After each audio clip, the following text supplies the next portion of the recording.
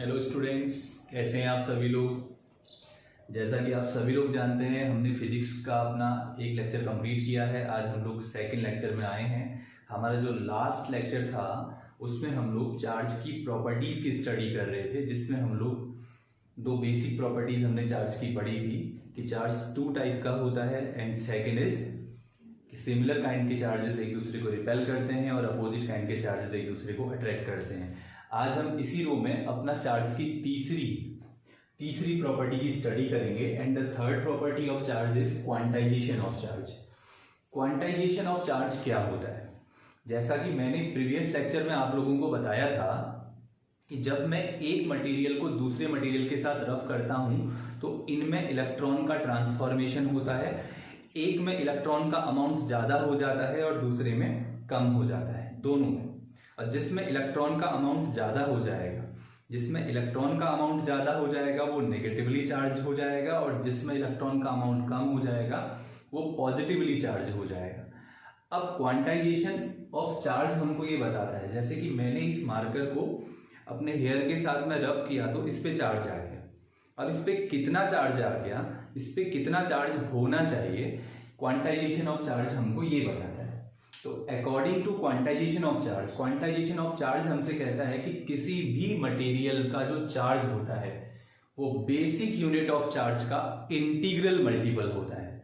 किसी भी, अगर मैं इनको आपस में रब करता हूं, इसके पास चार्ज आया है तो इसके पास जो चार्ज आएगा वो बेसिक यूनिट जो चार्ज होता है उसका इंटीग्रल मल्टीपल होगा। मतलब जब मैंने रब किया तो रब करने का मतलब है, जैसे फॉर एग्जाम्पल मेरे पास दो रॉड हैं, ये रॉड नंबर फर्स्ट है और ये रॉड नंबर सेकंड है। मैं इन दोनों रॉड को आपस में रब करता हूं। रब करने से पहले जो मेरे पास फर्स्ट रॉड था, इसके पास 10 इलेक्ट्रॉन थे एंड 10 प्रोटॉन थे, और इसके पास 8 इलेक्ट्रॉन थे एंड 8 प्रोटॉन थे। जब मैंने इन दोनों को आपस में रब किया तो यहां से कुछ इलेक्ट्रॉन यहां ट्रांसफर हो गए, सपोज 3 इलेक्ट्रॉन ट्रांसफर हो गए।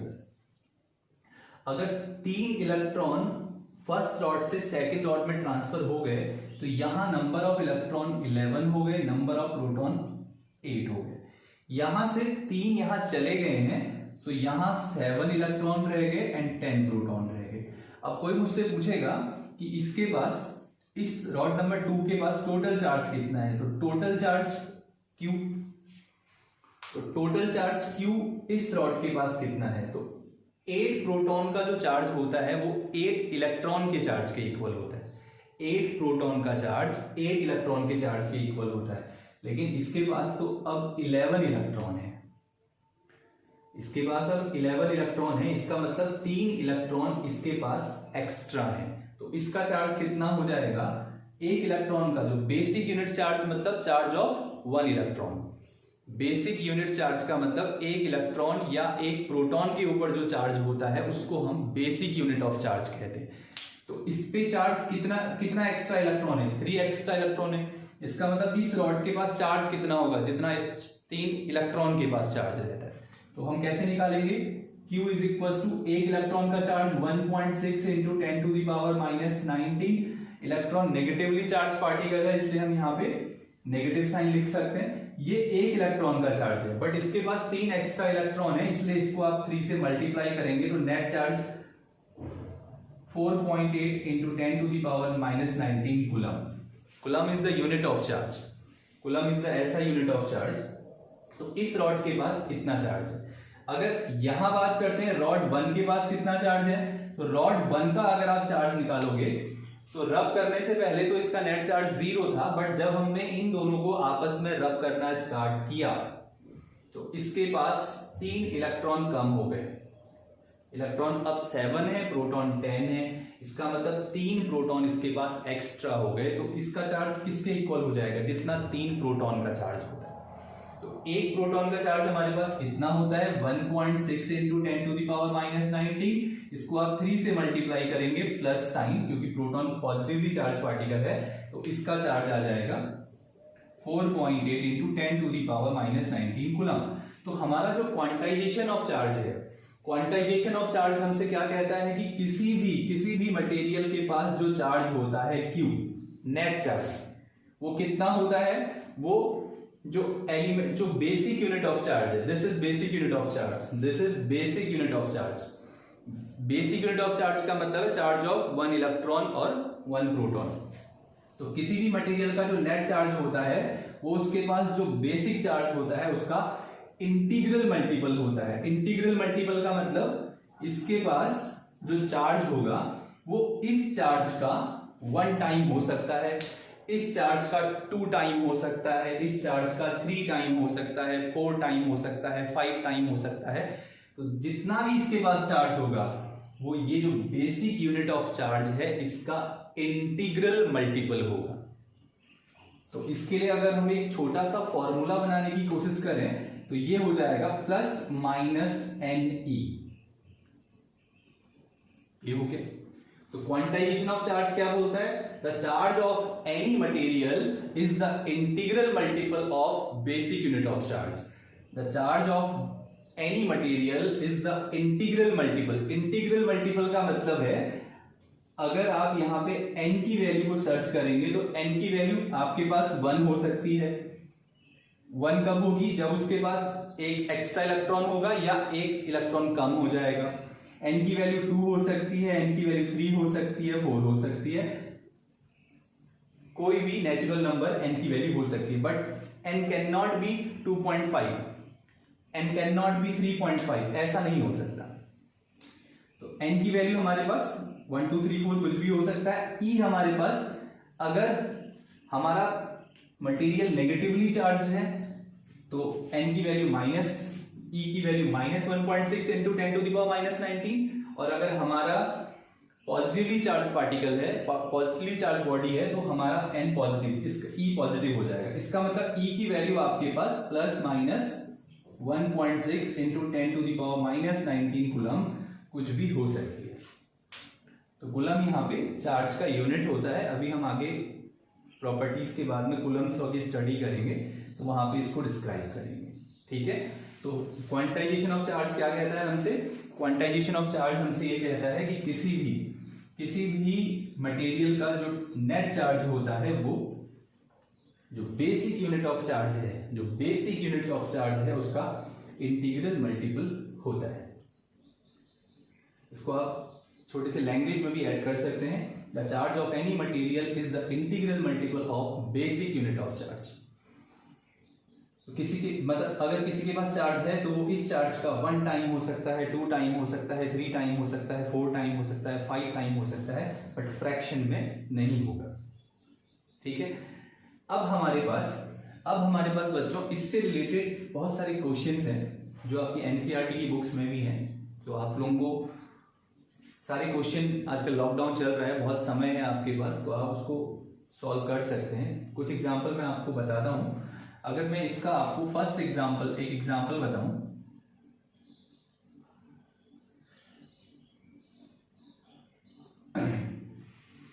अब अगर मैं आपसे पूछता हूं कि क्या किसी मटेरियल का charge Q is equals to 2.4 into 10 to the power -19 coulomb हो सकता है। क्वेश्चन इज दैट कि क्या Q 2.4 into 10 to the power -19 coulomb हो सकता है किसी भी बॉडी में। This is the numerical from this. अब आपको ये पता करना है कि क्या मैंने इसको रब किया तो इसके पास इतना चार्ज आ सकता है।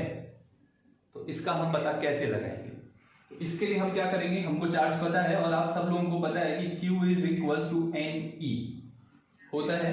Q हमारे पास है 2.4 into 10 to the power -19 is equals to N into E। E मैंने आपको बोला बेसिक यूनिट ऑफ चार्ज।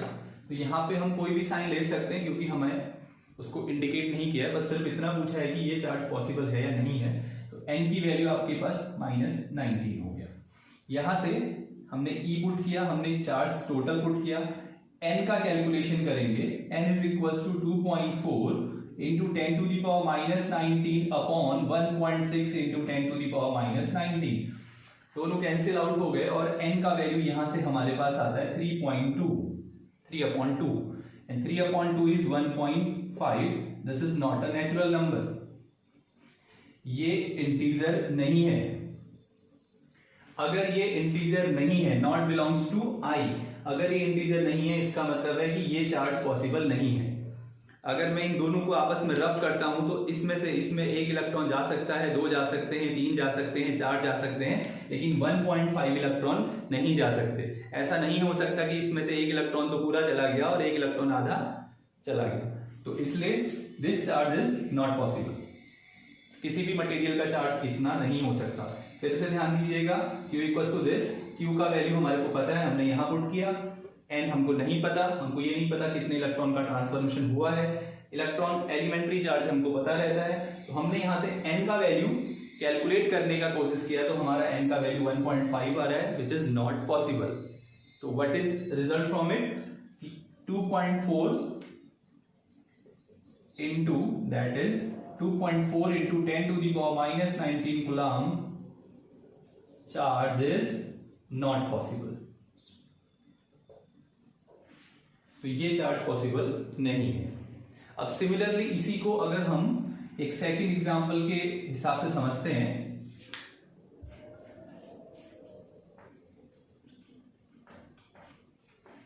इसी को अगर आप सेकंड एग्जांपल के हिसाब से समझते हैं, तो सेकंड एग्जांपल इसका आप क्या ले सकते हैं? Example 2. Suppose the charge of any material is 12.8 into 10 to the power minus 19 coulomb. Is it possible or not? क्या किसी मटेरियल के पास इतना चार्ज हो सकता है? सिमिलर वे है, आप लोग इसको ट्राई कीजिएगा और कमेंट्स में अपने आंसर भेजिएगा कि दिस चार्ज इज पॉसिबल और नॉट.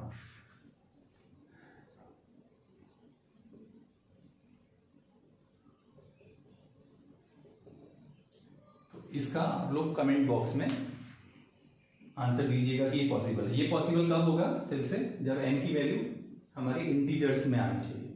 तो अगर n की वैल्यू हमारी इंटीजर्स में आएगी तो ये पॉसिबल होगा, अदरवाइज नॉट. ठीक है.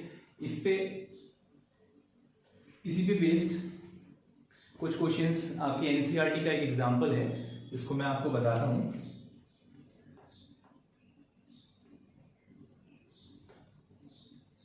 तो एनसीईआरटी का जो एग्जांपल है आपका, वो आपसे ये कहता है कि एक बॉडी है, ये एक बॉडी है, ये बॉडी से 1 सेकंड में 10 to the power 9 इलेक्ट्रॉन बाहर निकल जाते हैं.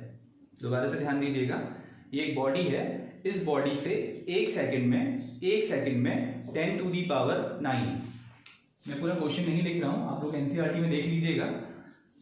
1 सेकंड में 10 to the power 9 इलेक्ट्रॉन इससे बाहर निकल जाते हैं. Now the question is that कि इसका चार्ज हमको 1 कूलम करना है. इसका चार्ज हमको कितना करना है? फिर से जब इसको मैं रब करूंगा, इसमें से इलेक्ट्रॉन चले जाएंगे तो इसके पास चार्ज कैसा आएगा? इलेक्ट्रॉन चले जाएंगे तो इसके पास चार्ज कैसा आएगा? पॉजिटिव चार्ज आएगा. अब कितने इलेक्ट्रॉन इसमें से जाने चाहिए कि इसका चार्ज 1 कूलम हो जाए? 1 सेकंड में कितने इलेक्ट्रॉन निकल रहे हैं? 10 to the power 9 electron 1 second में निकल रहे हैं. तो इतना चार्ज होने में इसका टाइम कितना होगा? आपको ये बताना है कि 1 कूलम चार्ज होने में कितना टाइम लगेगा. राइट. दोबारा से 1 सेकंड में 10 to the power 9 electron out हो जाते हैं. तो अगर हमने उस मटेरियल का चार्ज 1 कूलम करना है तो उसको 1 कूलम करने के लिए आपको कितना टाइम लगेगा? तो अब इसका हम कैलकुलेशन कैसे नहीं करेंगे? 1 सेकंड में इतने इलेक्ट्रॉन निकल गए, तो अगर मैं ऐसा कहता हूं चार्ज इन 1 सेकंड में कितना चार्ज आएगा उसके पास? Q equals to n. कितने इलेक्ट्रॉन निकल गए? n मतलब number of electrons, 10 to the power 9 into E. Electron जा रहे हैं, इसका मतलब पॉजिटिव चार्ज उसके ऊपर आ रहा है. तो 1.6 into 10 to the power minus 19 coulomb. Q is equals to, इसको आप मल्टीप्लाई करोगे, this is 1.6 into 10 to the power minus 10 coulomb. ये चार्ज उसमें क्रिएट हो रहा है कितने टाइम में? 1 सेकंड में. 1 सेकंड में इतना चार्ज उसके ऊपर क्रिएट हो रहा है. और मुझे कितना क्रिएट करना है 1 कूलम। अब 1 कूलम क्रिएट करना है तो वो कुछ टाइम लेगा, कितना टाइम लेगा?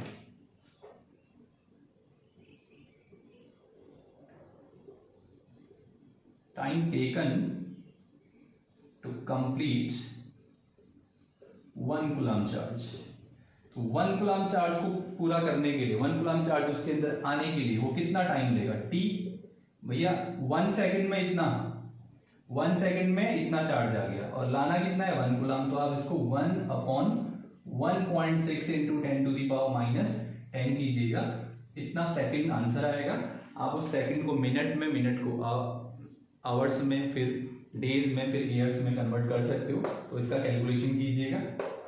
If there is some doubt in this question तो कमेंट बॉक्स में आप लिखिएगा, मैं उसको करेक्ट करूंगा। राइट, तो ये आपकी एनसीईआरटी की बुक का है, तो आप इसको देख लीजिएगा। एनसीईआरटी की बुक में इसके कुछ डिफरेंट क्वेश्चंस भी हैं, जैसे मैं आपको एक क्वेश्चन और बताता हूं। एनसीईआरटी की बुक में इसकी कुछ डिफरेंट क्वेश्चन है, जैसे क्वेश्चन नंबर, नेक्स्ट एग्जांपल,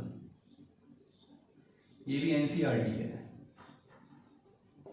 ये भी एनसीईआरटी का ही एग्जांपल है। और एग्जांपल है what is the charge of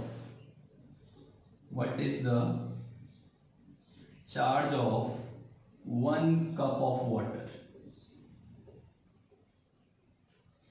charge of 1 cup of water. 1 cup water का मतलब 250 ग्राम होता है। 1 कप ऑफ वाटर को आपकी बुक में मे बी 250 ग्राम भी हो सकता है। तो 1 कप वाटर का चार्ज कितना होता है? पॉजिटिव नेगेटिव दोनों, क्योंकि 1 कप वाटर है, वाटर तो उसमें प्लस माइनस दोनों होते हैं, इलेक्ट्रिकली न्यूट्रल है वो। तो आपको ये बताना है कि 1 कप ऑफ वाटर का चार्ज कितना होता है, नेगेटिव और पॉजिटिव दोनों चार्ज। तो आप ऐसा क्वेश्चन अगर आपके पास आ गया, इसमें 250 ग्राम की जगह 100 ग्राम, 150 ग्राम, 200 ग्राम, ऐसे करके चेंजेस आते रहते हैं। तो अगर आपके पास 250 ग्राम वाटर के हैं तो उस 250 ग्राम वाटर का चार्ज आप कैसे कैलकुलेट करोगे? तो इसके लिए आप सबसे पहले पिछले साल के मोल कॉन्सेप्ट पे थोड़ा सा ध्यान लगाइए। और मोल कॉन्सेप्ट आपको क्या बताता है कि नंबर ऑफ, ये सॉल्यूशन है इसका, number of water molecule in 18 gram of water. 18 gram water में वाटर के कितने मॉलिक्यूल्स होते हैं? एवोगैड्रो नंबर के इक्वल। 18 ग्राम, 18 क्या होता है आपको पता होगा, H2O मॉलिक्यूलर वेट, 2 आपके हाइड्रोजन के हो गए और 16 आपके ऑक्सीजन के हो गए। तो 18 ग्राम वाटर में वाटर के इतने मॉलिक्यूल होते हैं, लेकिन हमारे पास 18 ग्राम से ज़्यादा वाटर है। कितना वाटर है? 250 ग्राम। इसका मतलब हमारे पास वाटर के मॉलिक्यूल भी इससे ज़्यादा होंगे। तो number of molecule in 18 gram of water is this. अगर हमारे पास 1 ग्राम वाटर के होते हैं, number of water molecule in 1 gram of water, तो वाटर का अगर आपके पास 1 ग्राम होता तो उसमें वाटर के मॉलिक्यूल आपके पास कितने होते? 6.023 इंटू 10⁻23 अपॉन 18। 1 ग्राम अगर आपके पास होता तो आपके पास वाटर के इतने मॉलिक्यूल्स होते। ये वाटर के मॉलिक्यूल्स का मतलब समझ रहे हैं आप लोग? इसका मतलब है जैसे मैं एक बॉक्स बनाता हूं और मैंने यहाँ पे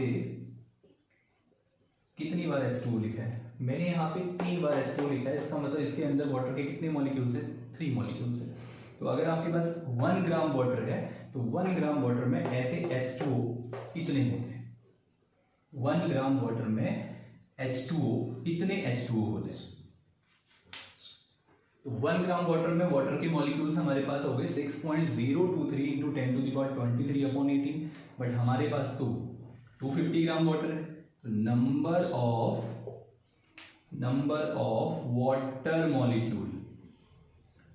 of water molecule in 250 gram of water. तो अगर आपके पास 250 ग्राम वाटर है तो उसमें वाटर के मॉलिक्यूल्स आपके पास कितने हो जाएंगे? तो ये सिंपल कैलकुलेशन होती है, छोटी क्लासेस में हम पढ़ते हैं कि अगर हमारे पास कोई चीज़ 1 अमाउंट में है, उसका ये प्राइस है, तो उसका अमाउंट अगर हम ट्वाइस कर देंगे तो प्राइस भी ट्वाइस हो जाएगा। तो अगर हमारे पास 1 ग्राम वाटर इतना है तो 250 ग्राम में हमारे पास आ जाएगा 6.023 into 10 to the power 23/18 into 250, right. यहां से ये क्या आ रहा है, number of water molecule, number of water molecule. But जब हमको करना क्या है, हमको 250 ग्राम वाटर का चार्ज बताना है, और चार्ज बताने के लिए हम क्वांटाइजेशन ऑफ चार्ज से चल रहे हैं, तो चार्ज का हमारे पास जो फॉर्मूला है कैलकुलेट करने का, Q is equal to N है। N क्या होता है, नंबर ऑफ इलेक्ट्रॉन और number of proton. But this is not number of electron, number of proton, this is number of water molecule, this is number of water molecule. अगर 1 cup water आपके पास है तो water के इतने molecule हैं, इतने electron या प्रोटॉन नहीं है, वाटर के इतने मॉलिक्यूल हैं। अब हमको ये पता करना पड़ेगा कि अगर वाटर के इतने मॉलिक्यूल हमारे पास हैं तो इसमें प्रोटॉन कितने होते हैं या इसमें इलेक्ट्रॉन कितने होते हैं। तो अब आप वाटर के एक मॉलिक्यूल के बारे में सोचिए। अगर आप वाटर के एक मॉलिक्यूल के बारे में सोचते हैं तो वाटर के एक मॉलिक्यूल में 2 इलेक्ट्रॉन यहां हो गए या 2 प्रोटॉन यहां हो गए और 8 इलेक्ट्रॉन और 8 प्रोटॉन यहां हो गए। इसका मतलब टोटल नंबर ऑफ इलेक्ट्रॉन और proton in H2O is 10। Hydrogen का 1 बट 2 हाइड्रोजन है तो 2, ऑक्सीजन के 8। तो वाटर के एक मॉलिक्यूल में 10 इलेक्ट्रॉन होते हैं या 10 प्रोटॉन होते हैं एक मॉलिक्यूल में। अगर एक मॉलिक्यूल में 10 इलेक्ट्रॉन या 10 प्रोटॉन होते हैं तो हमारे पास तो इतने सारे मॉलिक्यूल हैं, तो इसमें कितने इलेक्ट्रॉन या प्रोटॉन होंगे, तो इसको आप 10 से मल्टीप्लाई कर देंगे। तो यहां से हम लोग क्या कर सकते हैं, नंबर ऑफ इलेक्ट्रॉन और प्रोटॉन इन 250 ग्राम वाटर। 250 ग्राम वाटर में आपके पास 250 ग्राम वाटर में कितना इलेक्ट्रॉन प्रोटॉन हो जाएगा। तो एक मॉलिक्यूल में 10, इतने मॉलिक्यूल में हमारे पास 6.023 into 10 to the power 23 into 250/18 into 10। This is the number of electron और proton in 1 cup of water. You can write it n, number of electron n. अब हमारे पास n है और जब हमारे पास n है तो हम ये बता सकते हैं कि उसके पास चार्ज कितना है। तो अगर आप चार्ज निकालते हो, charge of 1 cup of water, 1 cup of water, तो 1 कप ऑफ वाटर का चार्ज कितना, Q is equals to N, N is this and E is plus minus, आप यहाँ पे प्लस माइनस ले सकते हो, प्लस माइनस दोनों में चलेगा ये। तो ई एलिमेंट्री चार्ज हमारा होता है 1.6 इंटू 10 टू दी पावर -19 गुना। यहाँ से आप 1 कप ऑफ वाटर का चार्ज निकाल सकते हैं। ये कैलकुलेशन आप लोग कर लीजिएगा, ठीक है, okay.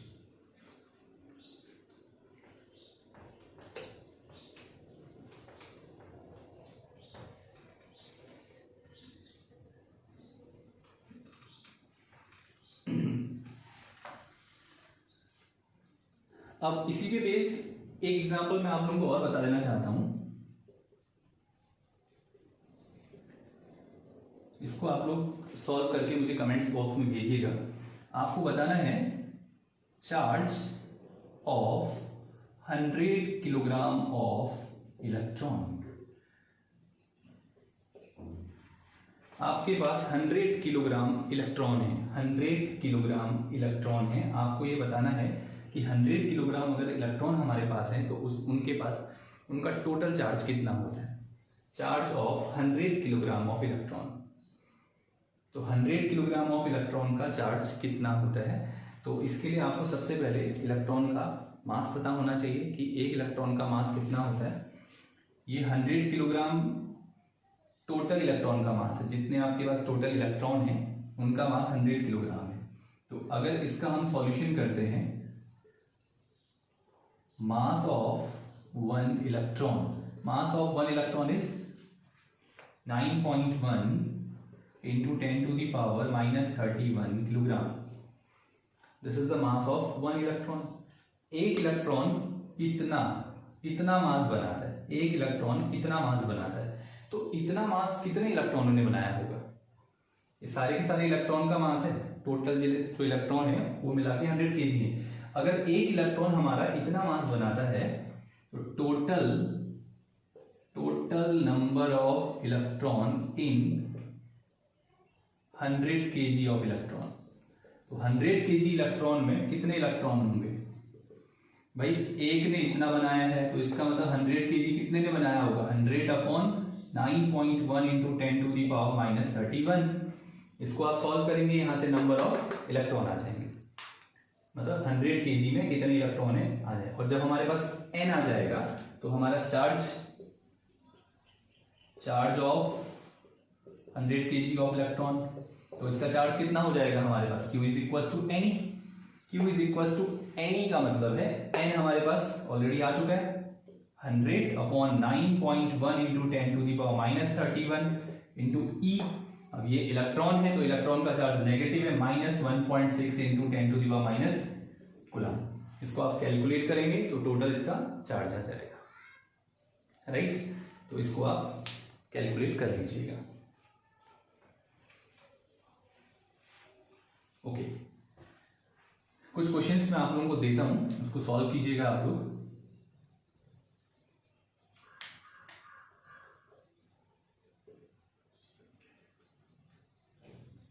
Charge of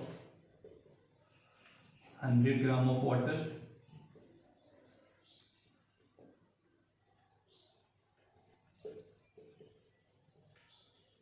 charge of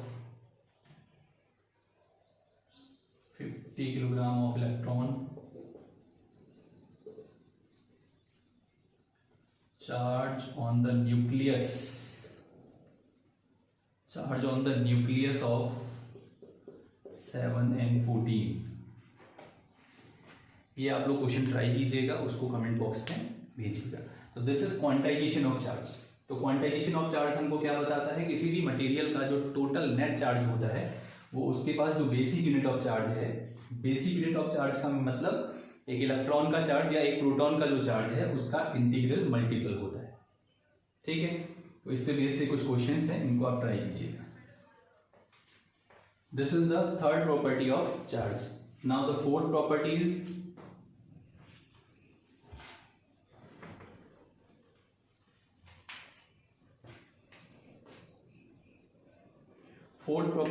additivity of charge.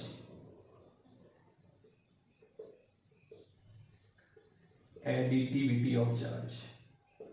Additivity of charge का मतलब ये होता है charge can be added algebraically. Charge को हम एल्जेब्रिकली ही ऐड करते हैं, मतलब कि अगर किसी सिस्टम के पास Q1, Q2, Q3 minus Q4 minus Q5, एक सिस्टम के पास ये चार्जेस हैं Q1, Q2, Q3 minus Q4 minus Q5, तो उस सिस्टम का नेट चार्ज कितना होगा? उस सिस्टम का net charge of the system, उस सिस्टम का टोटल चार्ज कितना होगा? तो total charge is Q1 plus Q2 plus Q3 minus Q4 minus Q5। This is the net charge. तो एडिटिविटी ऑफ चार्ज हमसे क्या बोलता है? एडिटिविटी ऑफ चार्ज हमसे ये बोलता है कि किसी भी सिस्टम का जो चार्ज होता है वो एल्जेब्रिकली ऐड होता है। एल्जेब्रिकली ऐड होने का मतलब है विद साइन। अगर नेगेटिव है तो नेगेटिव साइन के साथ क्यू ऐड होगा, पॉजिटिव है तो पॉजिटिव साइन के साथ ऐड होगा। तो एडिटिविटी ऑफ चार्ज ये कहता है। इसको आप अदर वे में ये भी कह सकते हैं कि charge is a scalar quantity, उसके पास डायरेक्शन नहीं होती, चार्ज है ओनली मैग्नीट्यूड, केवल मैग्नीट्यूड होता है और वो स्केलर क्वांटिटीज की तरह ऐड होता है विद द साइन। नेगेटिव है तो नेगेटिव, पॉजिटिव है तो पॉजिटिव। तो ये एडिटिविटी ऑफ चार्ज है। तो किसी भी सिस्टम का हम टोटल चार्ज निकालेंगे तो उसमें जितना चार्जेस होगा सबको विद साइन ऐड कर देंगे। Okay, now the last property of charge is conservation of charge.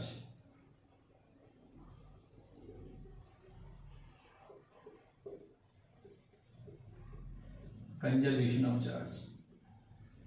तो कंजर्वेशन ऑफ चार्ज हमसे क्या बोलता है कि चार्ज को आप खुद से क्रिएट नहीं कर सकते, चार्ज को आप डिस्ट्रॉय भी नहीं कर सकते, चार्ज को बस आप एक मटेरियल से दूसरे मटेरियल में ट्रांसफर कर सकते हैं किसी भी मेथड से, फ्रिक्शन, इंडक्शन, कंडक्शन से आप एक मटेरियल से दूसरे मटेरियल में चार्ज को ट्रांसफर कर सकते हैं, बट उसको आप खुद से क्रिएट नहीं कर सकते। जैसे मैं आपको एग्जांपल दे रहा था कि इसके पास 10 इलेक्ट्रॉन है, 10 प्रोटॉन है, इसके पास 8 इलेक्ट्रॉन है, 8 प्रोटॉन है, इसका नेट चार्ज 0 है, इसका भी नेट चार्ज 0 है।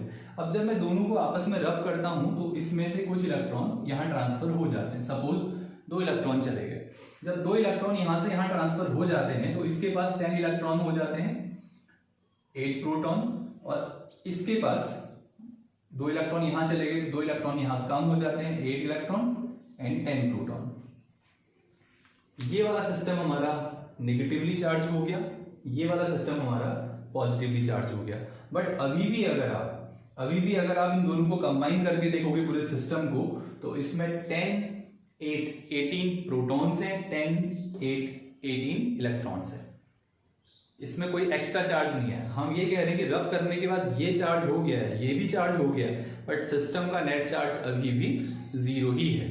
तो चार्ज को आप एक से दूसरे में ट्रांसफर कर सकते हो, आप खुद से क्रिएट नहीं कर सकते। पहले भी 0 था, इसका भी 0, इसका अभी भी पूरे सिस्टम का 0 है।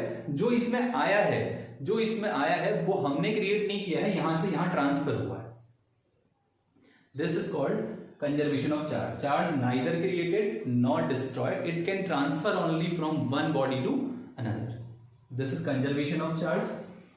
तो this is all about the properties of charge. इसके बाद हम लोगों को कूलम्स लॉ की स्टडी करनी है। कूलम्स लॉ की स्टडी हम लोग जो नेक्स्ट हमारा लेक्चर आएगा उसमें करेंगे। और बाकी आप लोग सहयोग कीजिएगा, शेयर कीजिएगा, सब्सक्राइब कीजिएगा, कुछ कमियां होगी बताइएगा। धन्यवाद।